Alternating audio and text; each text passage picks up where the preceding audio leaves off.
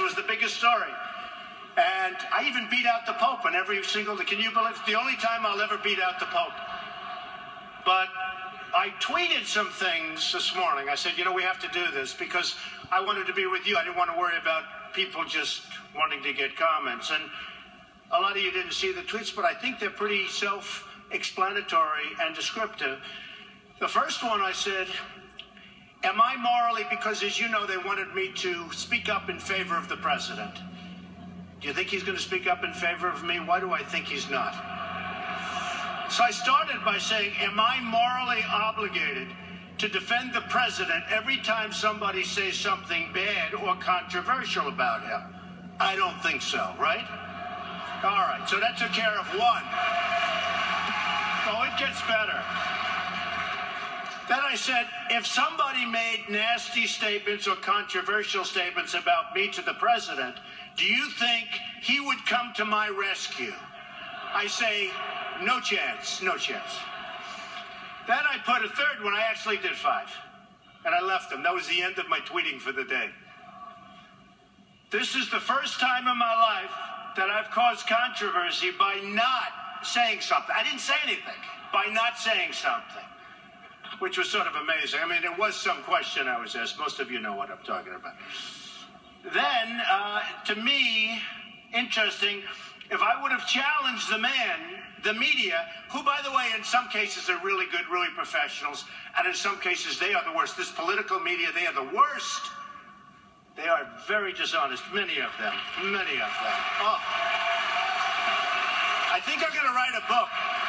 Hopefully I'll have more important things to do. Maybe I'll only write the book if it doesn't work out, okay?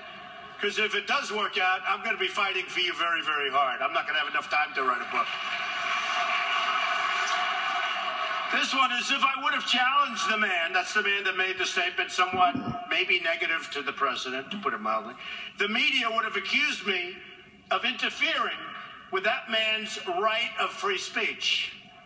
A no-win situation. Do we agree? If I would have stopped him, I would have said, and you remember the famous thing where John McCain just ripped that microphone out of the woman's hands, and I don't know, I thought it was a little bit harsh, to be honest with you.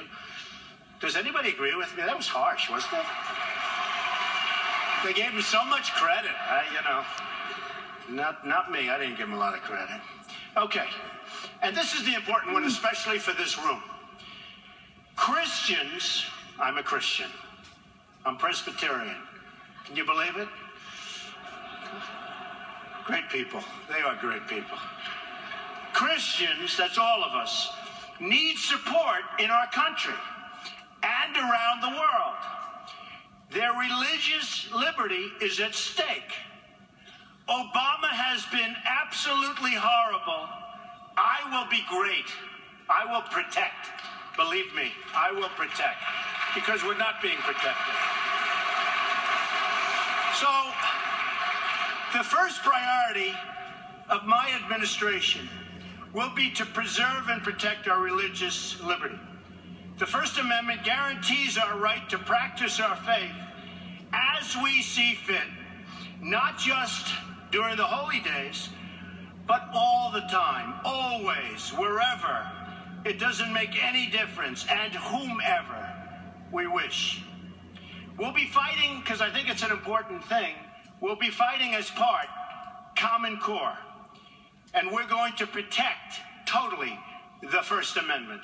Well, he's a handsome-looking guy. I guess we want to get to some questions. Okay. Let's do that. You want to do that? Let's do that. Go ahead. Mr. Trump. Yes. The first question, national security in Israel. Right. Do you prefer the use of executive agreements or the treaty process in foreign relations? And what's your position on the so-called Iran deal? And how would your administration, under your leadership, deal with relations with Iran and the Middle East? Okay, good. I like the treaty much better. It's a much stronger agreement. It would have to go through Congress. You'd have to get it approved. I mean, this deal that's being made with Iran right now is a disgrace. It's a disgrace.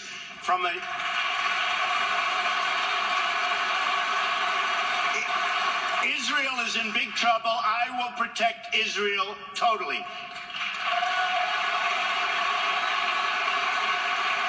Bibi Netanyahu is a friend of mine. In fact, when he ran for office, he asked me to do an ad. I did an ad for him, and he won, so I'm happy about that. But I did an ad for him. But we will protect Israel. You go the treaty route, and then you're going to go through Congress, which is really, in a sense, a vote of the people. But I think it's very important. The Iran deal, I'd have to go through everything. So bad from the standpoint of the 24 days, which can be much longer. From the standpoint of $150 billion, that's going to be used to create nukes and also to create terror all over the place. All over the place. I will do such a number on them when I get in, if I get in. You will be very, very proud of me. We will be respected, believe me, and that deal will become much, much better. I know you have a lot of people say we're going to rip it up, but they don't understand the way it works. But I am going to take that deal. I do that. I buy contracts that are bad, where people have lost a fortune with a bad contract. I take the contract and I scrutinize the contract. I make it so brutal, and I do good. And we're going to do that. We're going to make it so strong. Israel is going to be safe. We're going to be safe, and they're never going to get any nukes, that I can tell you.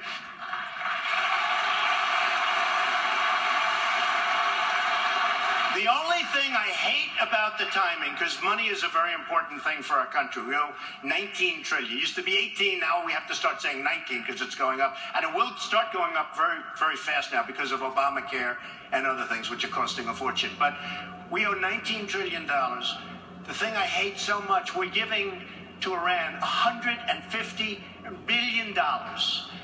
And by the time I get there, assuming you folks decide that I'm the right one, by the time I get there, that money will all be gone. It'll all be spent. It'll all be given to a lot of people. Donald Trump, there speaking in Des Moines, Iowa, speaking at the Faith and Freedom Coalition's annual dinner, defending his comments based on the response to a questioner at a previous event this week. We'll be right.